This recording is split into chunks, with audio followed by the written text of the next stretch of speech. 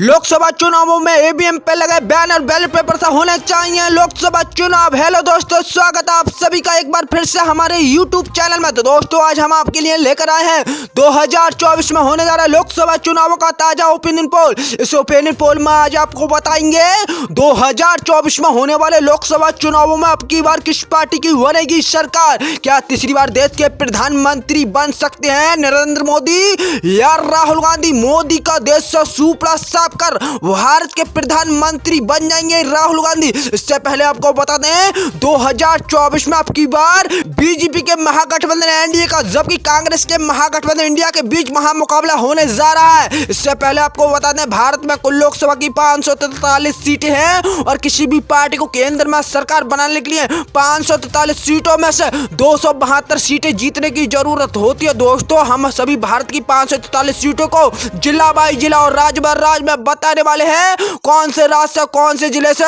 India का गठबंधन और बीजेपी के महागठबंधन एनडीए, जबकि अन्य पार्टी कितने सीटें जीत सकती हैं। इससे पहले अगर आप भी मानते हैं 2024 में होने वाले लोकसभा चुनावों में अब की बार ईवीएम पे लगना चाहिए बैन और लोकसभा चुनाव बैलेट पेपर से होने चाहिए, तो वीडियो को दिल से लाइक करके चैनल को अभी सब्सक्राइब कर लीजिए। चलिए दोस्तों, ओपिनियन पोल शुरू करते हैं। बात करते हैं पहले राज्य की, जिसका नाम है मध्य प्रदेश राज्य। मध्य प्रदेश में लोकसभा की 29 सीटें हैं। बीजेपी के गठबंधन के एनडीए के खाते में इस बार 8 सीटें आ सकती हैं, जबकि कांग्रेस के महागठबंधन इंडिया के खाते में 20 सीटें, अन्य पार्टी खाते में 1 सीट जा सकती है। इसी के साथ अगले राज्य की बात कर लिया, जिसका नाम है आंध्र प्रदेश राज्य। आंध्र प्रदेश में लोकसभा की 25 सीटें हैं। बीजेपी के गठबंधन के एनडीए के खाते में इस बार 8 सीटें आ सकती हैं, जबकि कांग्रेस के महागठबंधन इंडिया के खाते में 17 सीटें, अन्य पार्टी खाते में 0 सीटें आ सकती हैं।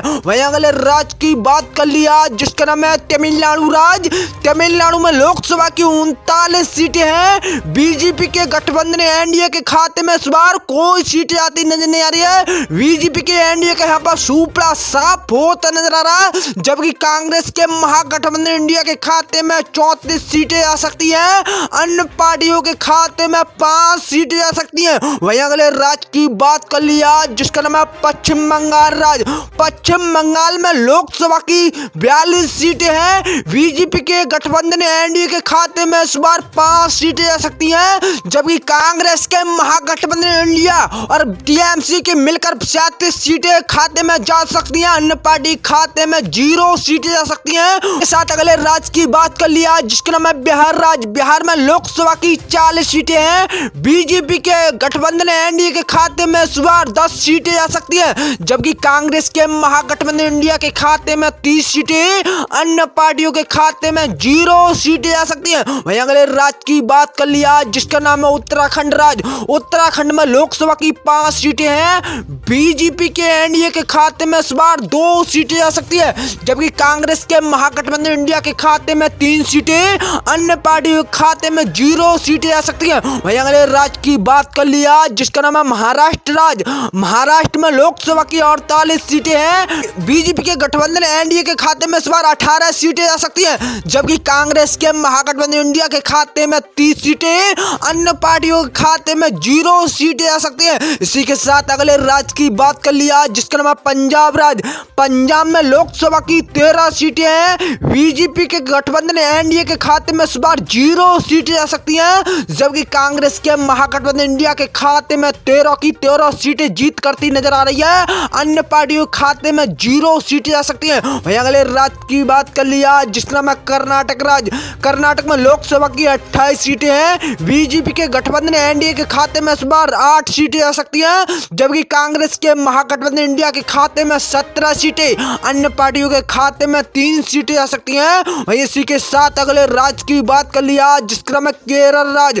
केरल में लोकसभा की 20 सीटें हैं। बीजेपी के एनडीए के गठबंधन के खाते में इस बार 0 सीटें आ सकती हैं, जबकि कांग्रेस के महागठबंधन इंडिया के खाते में 20 की 20 सीटें जाती नजर आ रही हैं, अन्य पार्टियों के खाते में 0 सीटें आ सकती हैं। इसी के साथ अगले राज्य की बात कर लिया, जिसके नाम है जम्मू कश्मीर। जम्मू कश्मीर में लोकसभा की 6 सीटें हैं। बीजेपी के गठबंधन एनडीए के खाते में इस बार 2 सीटें आ सकती हैं, जबकि कांग्रेस के महागठबंधन इंडिया के खाते में 4 सीटें, अन्य पार्टियों के खाते में 0 सीटें जा सकती हैं। इसी के साथ अगले राज्य की बात कर लिया जिसका नाम असम राज्य। असम में लोकसभा की 14 सीटें हैं। बीजेपी के गठबंधन एनडीए के खाते में इस बार 6 सीटें जा सकती है, जबकि कांग्रेस के महागठबंधन इंडिया के खाते में 8 सीटें, अन्य पार्टियों के खाते में 0 सीटें जा सकती है। इसी के साथ अगले राज्य की बात कर लिया जिसके नाम है तेलंगाना राज्य। तेलंगाना में लोकसभा की 17 सीटें बीजेपी के गठबंधन एनडीए के खाते में इस बार 3 सीटें जा सकती है, जबकि कांग्रेस के महागठबंधन इंडिया के खाते में 8 सीटें,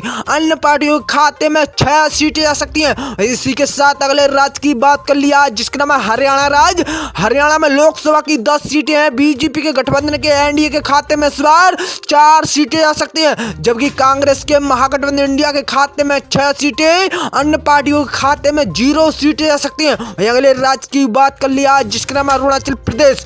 अरुणाचल प्रदेश में लोकसभा की 2 सीटें बीजेपी के एनडीए के गठबंधन के खाते में 0 सीटें। मोदी अमित शाह को अरुणाचल प्रदेश में इस बार झटका लगता नजर आ रहा है, जबकि कांग्रेस के महागठबंधन इंडिया के खाते में 2 की 2 सीटें आती नजर आ रही हैं। अन्य पार्टियों का यहाँ पर भी खाता खुलता नजर नहीं आ रहा है। इसी के साथ अगले राज्य की बात कर लिया जिसका नाम है राजस्थान राज्य। राजस्थान में लोकसभा की 25 सीटें हैं। बीजेपी के गठबंधन एनडीए के खाते में इस बार 8 सीटें आ सकती हैं, जबकि कांग्रेस के महागठबंधन इंडिया के खाते में 15 सीटें, अन्य पार्टियों के खाते में 2 सीटें जा सकती हैं। इसी के साथ अगले राज्य की बात कर लिया जिसका नाम है मेघालय राज्य। मेघालय में लोकसभा की 2 सीटें बीजेपी के एनडीए खाते में इस बार 1 सीट जा सकती है, जबकि कांग्रेस के महागठबंधन इंडिया के खाते में भी 1 सीट, अन्य पार्टियों के खाते में 0 सीटें जा सकती हैं। और इसी के साथ अगले राज्य की बात कर लिया जिसका नाम है त्रिपुरा राज्य।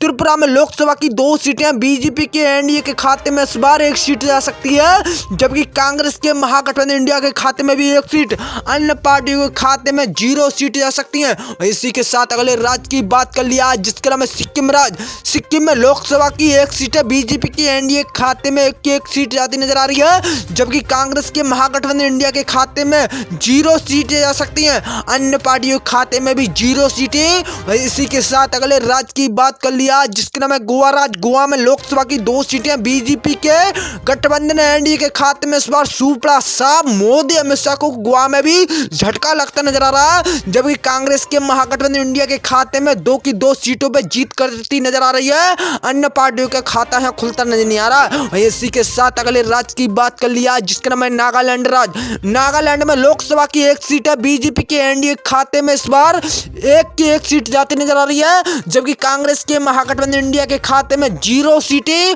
अन्य पार्टियों के खाते में भी 0 सीटें जा सकती हैं। वही इसी के साथ अगले राज्य की बात कर लिया जिसका नाम है हिमाचल प्रदेश।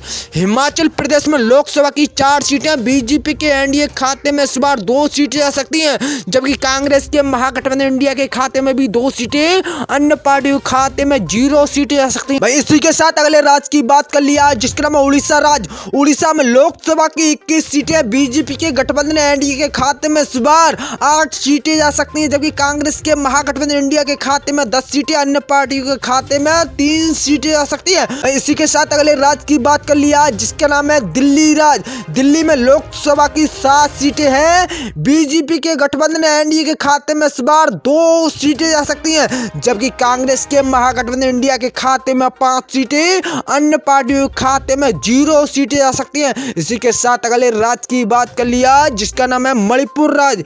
मणिपुर में लोकसभा की 2 सीटें हैं। बीजेपी के एनडीए के खाते में इस बार 2 की 2 सीटें जाती नजर आ रही हैं, जबकि कांग्रेस के महागठबंधन इंडिया के खाते में भी 0 सीटें और अन्य पार्टियों के खाते में भी 0 सीटें जा सकती हैं। इसी के साथ अगले राज्य की बात कर लिया जिसका नाम है झारखंड राज्य। झारखंड में लोकसभा की 14 सीटें बीजेपी के गठबंधन एनडीए के खाते में इस बार 5 सीटें जा सकती हैं, जबकि कांग्रेस के महागठबंधन इंडिया के खाते में 9 सीटें, अन्य पार्टियों के खाते में 0 सीटें जा सकती हैं। इसी के साथ अगले राज्य की बात कर लिया जिसका नाम है गुजरात राज्य।